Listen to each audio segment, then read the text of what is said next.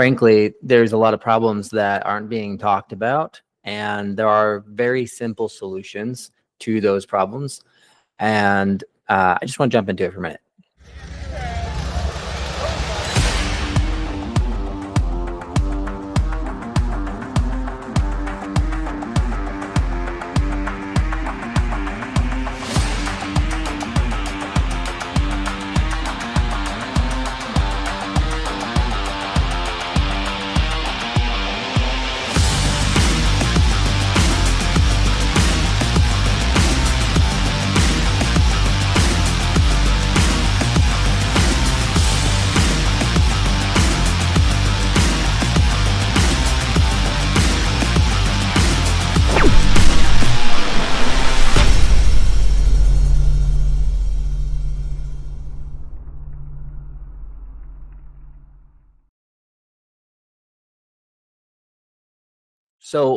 So something really big that's been on my mind lately is in regards to the conflicts that are going on here at home in America. We have this idea that we're all somehow separate from our environments and separate from one another, and then also somehow we're supposed to be able to justify actually keeping ourselves afloat amongst all this separation, when we as people are inherently born into a world full of life that we are interconnected to on both spiritual and physical planes. And at the same time, when all of these separate ideas and philosophies seem to be clashing, and we're just like supposed to hover in this perfect little median, this perfect little middle ground where everything works out in our favor. We can pay for our family's food, we can buy the American dream, and go move out into the middle of nowhere and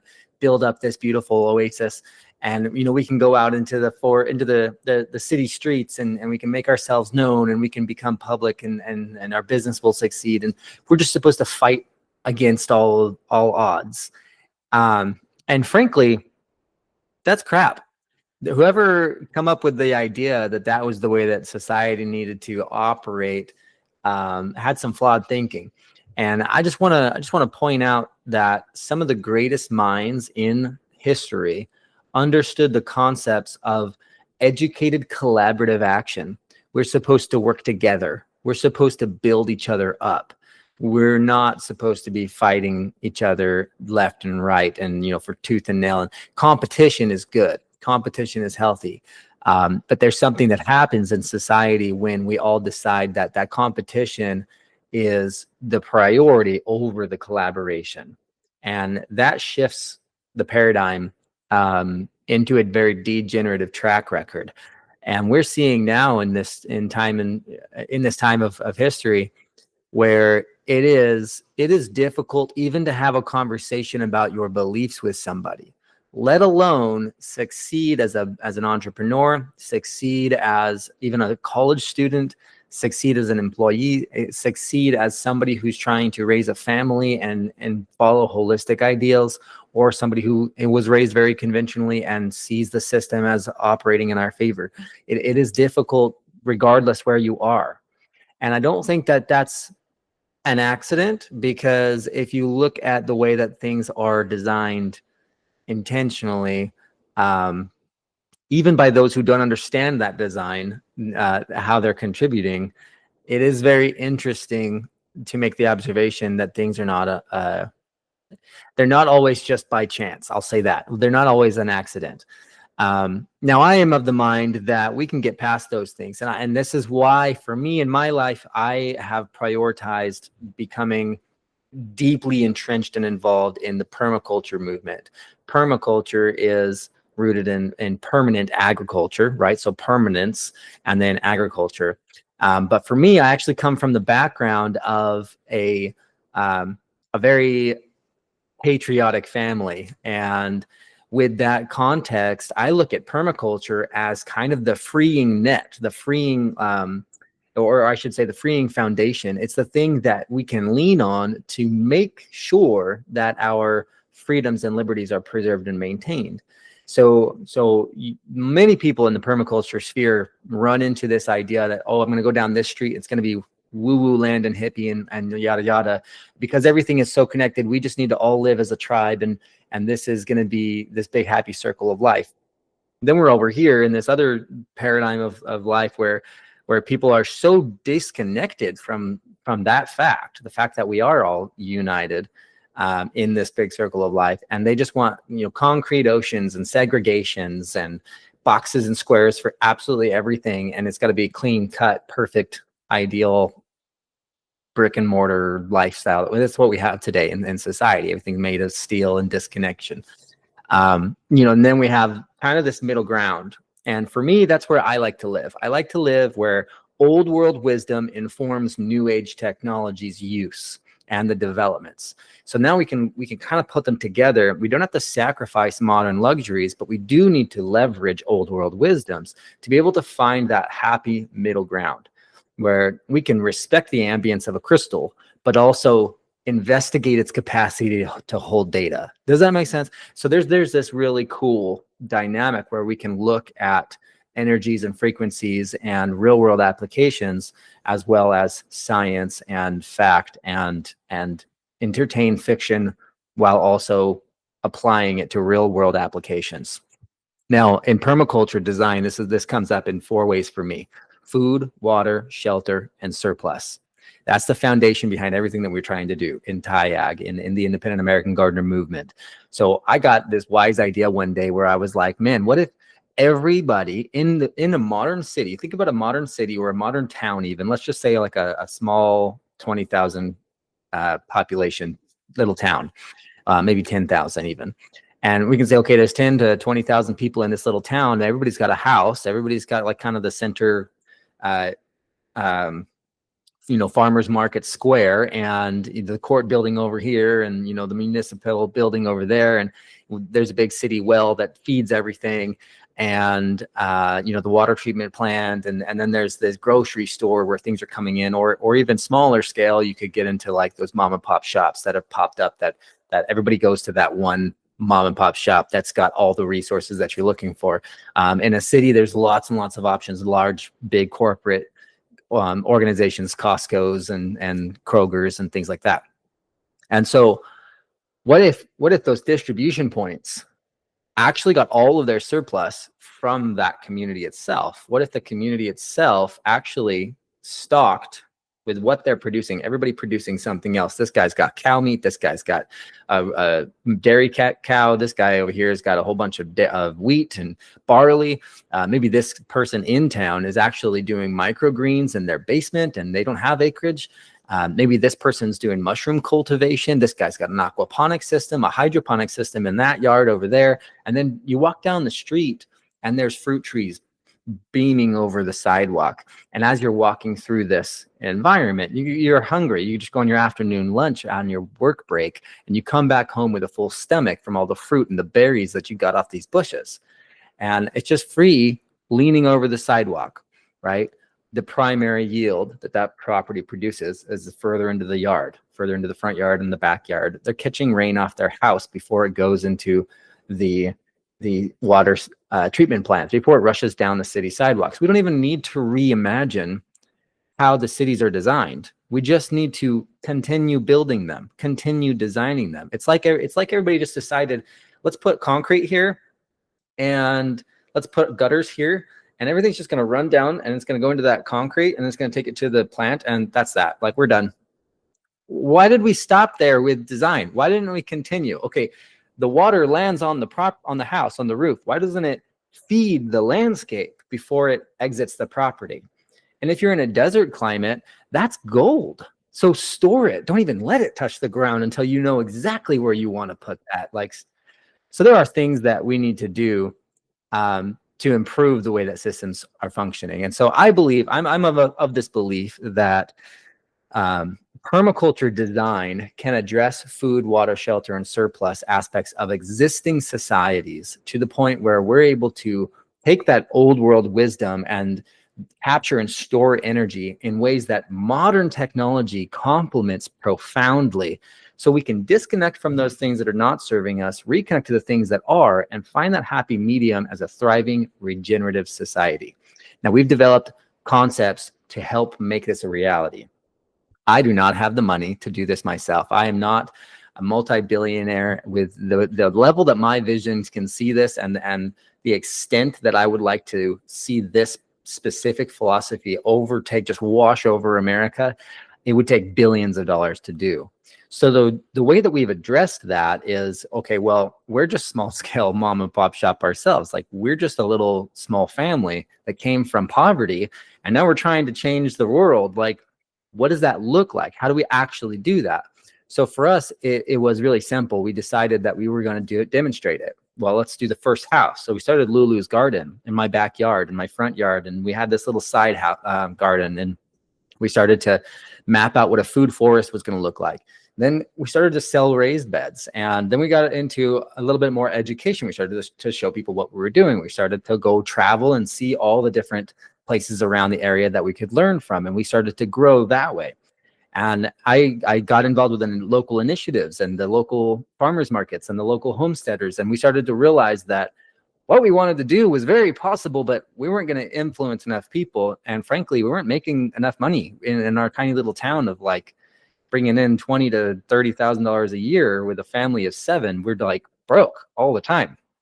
And so we started to say, okay, look, if we can feed ourselves and we can produce this food forest like this on a budget where we're basically just bartering for everything, that means anybody can do it, because I was dead broke. We had $0. There were so many points where we had to go scrounge in our car to pull out quarters and pennies and count the pennies one at a time just to get $1 worth of pennies so I could go buy bread, because I had to go through this learning experience of transitioning from the job into the entrepreneur and trying to set away all of my boats. I had this concept of introduced to me several years ago called burning your boats. You have to be able to jump all in and burn those boats and stop using the boats as an excuse to not take the island. And I'm not going to rehearse the story to you, but look up burning your boats and taking the island, and you'll find the story of where that comes from, and how the general sent back the army to burn the boats so that they had no other option. It was win or die. And that applies, that philosophy applies to everything. It applies to how you're building your garden, how you're doing your rain catch system. It applies to how you make friendships and relationships. It applies to what kind of business you jump into and how fast you jump into it, whether or not you're going to be somebody who actually leverages the resources that come into your life fully and completely, or you always kind of have one foot out in the door. And so I'm the kind of person where I was really, frankly, irritated with the way that society was, I guess I felt forced, like it was forcing me to live in this mundane ritual of just wake up, go to work, go home, go to sleep, repeat. And I wanted more than that. And so entrepreneurship has always been something that I've been drawn to. And I've always had small businesses, mowing lawns when I was like 11 years old. And I roofed and did construction and landscaping and all these other different things. I volunteered at fire departments, and I've kind of traveled now all over the United States with my family, and we've seen a myriad of different walks of life and came from literally nothing. So now, with what I envision and possible, I have the context to see how hard it can really be to do this, because I think that I've been blessed in that capacity to see that there is struggle between here and there. And we've been able to network since those days with professionals from all different types of fields and cover I guess what's one of our collaborators has roughly 120 years worth of experience in regenerative design, just him and his team. Between our team now, we have roughly about 80 years, about 70 to 80 years, I think, in-house in our immediate circles of applied academic or hands-on educational experience that we're actually gaining from real world projects, and then now have been able to surface and bring out to you guys. And so, collectively, we've got a lot of things moving around, a lot of moving pieces, but we still don't quite have the money in place. We're talking about millions of dollars per property to demonstrate at the level that we want to demonstrate in our hub concepts. And so there's a lot to get into there. I won't dive too far into that rabbit hole yet, but I want to just make a point really fast on getting back to the initial kickoff here. when we're so divided, it's so easy to lose. It's easy to lose our relationships. It's easy to lose our people. It's easy to lose our tribe. It's easy to not, once you lose all of your people and your support system, it's easy to lose yourself and your identity and who you're trying to be and where you come from and where you're going. And frankly, no matter what resource it is on this planet, what organization you've set up, what system you've designed, no matter what you're doing, it's about people. Without the people, absolutely nothing you're doing matters. It is completely devoid of purpose.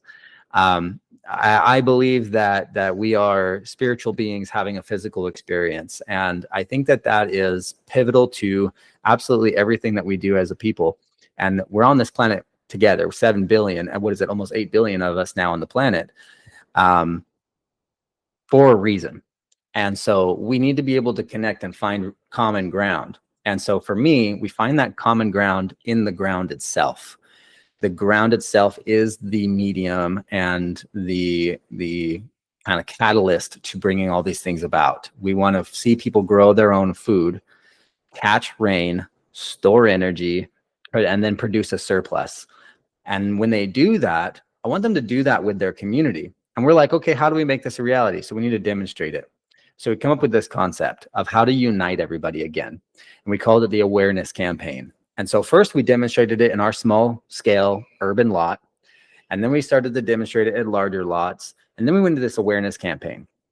In this awareness campaign, our goal was to travel and teach all over the United States, telling people what we did, showing them the videos, the photos, the slideshows, the academics, all the different things that we could bring together and the proof in the pudding, and then go outside and do it with them. So for the first 3 hours of the workshops, we were doing indoor lectures and seminar styles on the big slideshows. And then we'd go have a little lunch break and then we'd go outside. So people are getting learning, then networking and connection, and then going outside and they're physically doing what they just learned inside with all their new friends they're laughing with now. And this is where the kids come out and we get to go like hands in the dirt. We're reconnecting with the soils. We're getting all the soil bacteria in our fingernails, and like we're actually grounding ourselves and reconnecting to what matters. And we're doing it smiling and laughing with each other. So then we would go a little bit further and we say, okay, like this is one property. Now imagine you could duplicate this, do it again and again and again and again and again, all the way down your street. Keep going, house by house by house by house. Set aside all these dumb differences and just look at the common ground of the ground itself. Everybody needs a beautiful environment to thrive and to live. Right? Everybody's got a different idea what that looks like, but the fact is that the soil is the foundation of life. And so let's use that. Let's just start with a really simple garden. It can be a flower garden, an herb medicinal garden.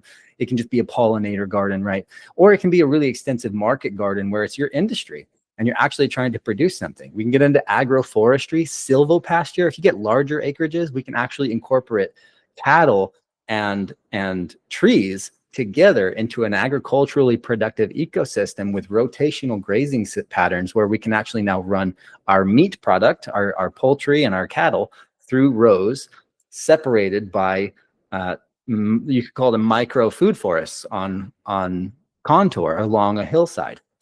So there's all kinds of ways to do this. So regardless of the scale, keep going property by property by property.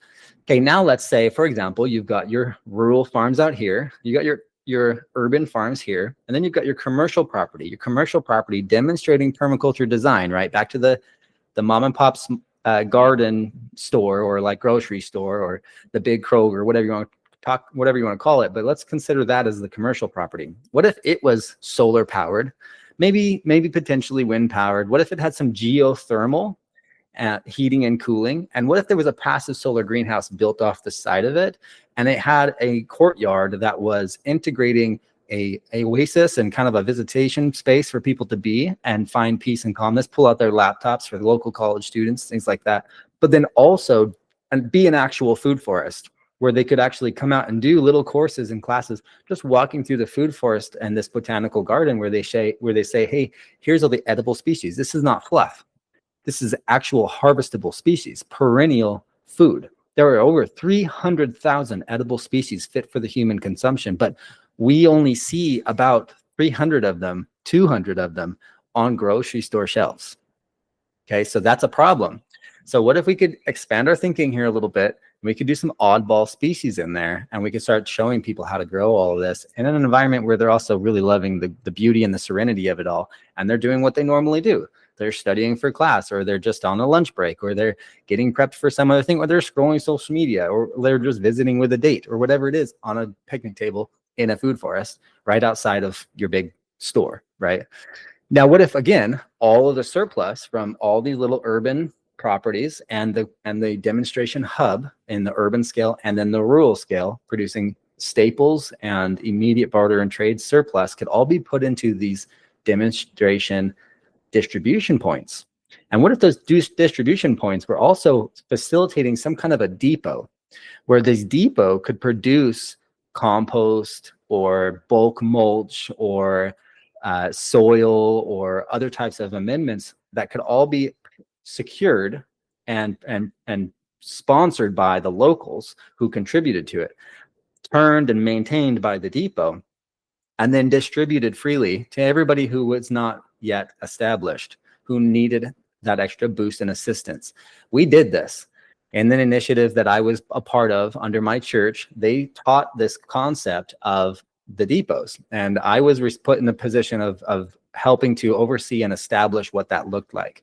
And I was super, super blessed. That was one of the most incredible experiences of my life, for about two, almost 3 years, to run around and to set up these depots and to set up all of these example apiaries, holistic beekeepings, and community workshops where we would build beehives and then gardens everywhere. And we would go travel around from all the different farms and all of the urban areas where wherever somebody needed help, and we would just kind of support them.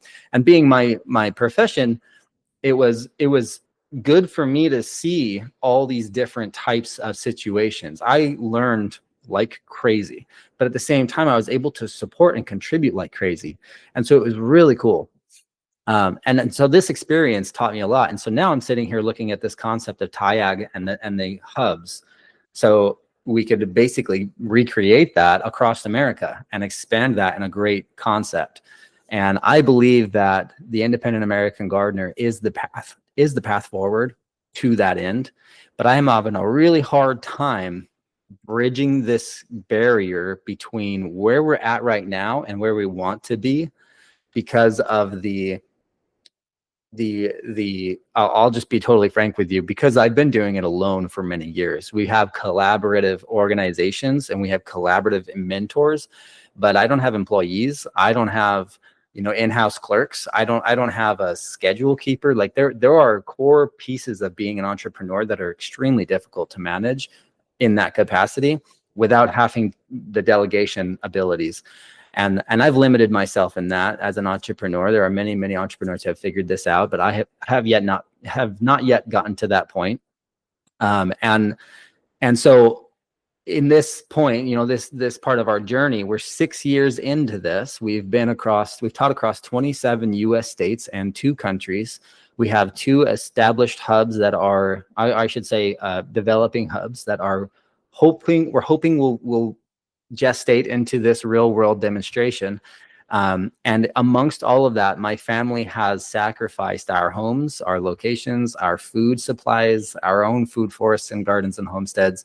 We have sacrificed time. We have given up our ability to explore and to have time together as a family.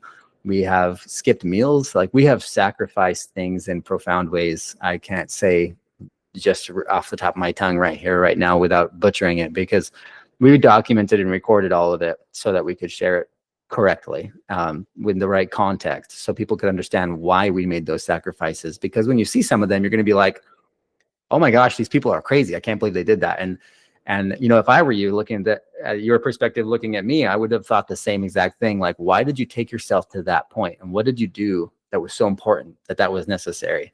And I want to frame that for you. And so we have 9 terabytes of videos and photos set aside of our last 6 to 8 years of our journey, specifically for that reason. So you'll get that in time. But right now, I just wanted to address the concepts of unity and how this separation is avoidable. And frankly, I just want you to recognize that there are people like me and my wife and our organization and all of our collaborators who are actively helping and actively engaging with you and actively putting paths in front of you to say, hey, this will solve this problem.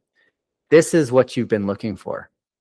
So if you're really, really serious about solving this issue and these problems, and you want that community, you want self-sufficiency, you want a future you can bank on and that you're comfortable sending your kids out in, and you're comfortable looking at your future going, okay, you know what, there isn't crazy digital IDs, and there isn't this inundation of our food supply with pesticides and herbicides and chemicals and GMOs and all these things that we know for a fact are not healthy for us. And then at the same time, we don't have to be all crazy, wild, way off our rocker and detached from society. We can live in this happy medium. If that really sounds beautiful to you, which to me that sounds like paradise, I want to invite you to join us now. Go to havenpermaculture.com and book a one-on-one phone call with me. If you do a discovery call right now, you'll get me. I have made myself available for those calls. Now, in addition to these discovery calls, you'll be given opportunity. Once we discover what your goals are and what you're trying to do, we'll be given opportunity to enroll with one of the different paths forward, a free membership to the community, or a paid membership, or whatever tier you want, or one-on-one consulting where we actually will come and support you in profound ways, from design and development of your acreage and property to live in-person workshops where I can come out personally with another mentor and teach you in your work and your community, help set up co-ops, help set up cooperative agricultural systems where you can go house to house to house with what we call TIAG guru crews, who come together to support that exact step, that exact action. We'll spend the day together and we'll do whatever you need to do based on your unique situation. But you've got to start by taking the initiative. Take the initiative yourself. Just like I took my initiative back in those days, this is your opportunity to take the initiative, to jump in and to actually get involved. You have to be willing to be the change that you want to see in the world.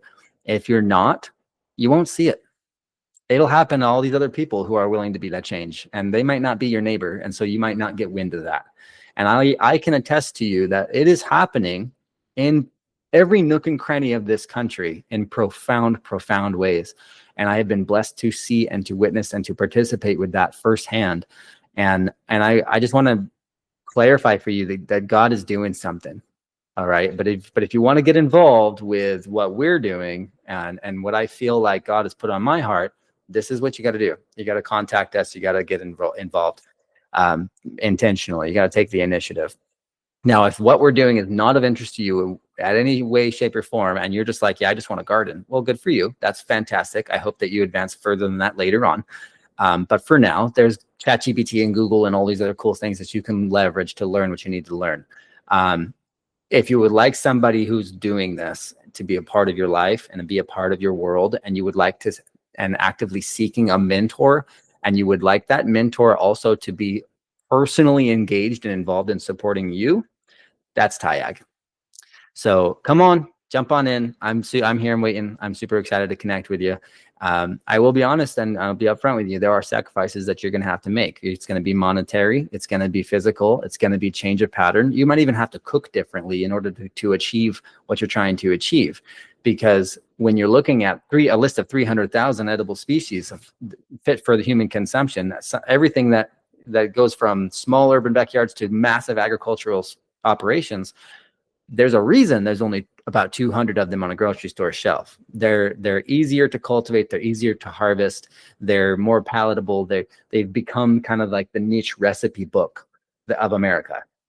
But American diet is the most unhealthy and disturbed and obese of all of the nations.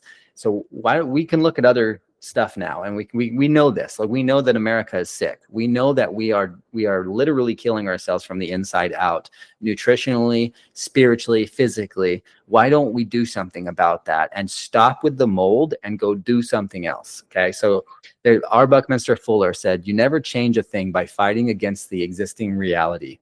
Instead, build a new system that makes the old one obsolete."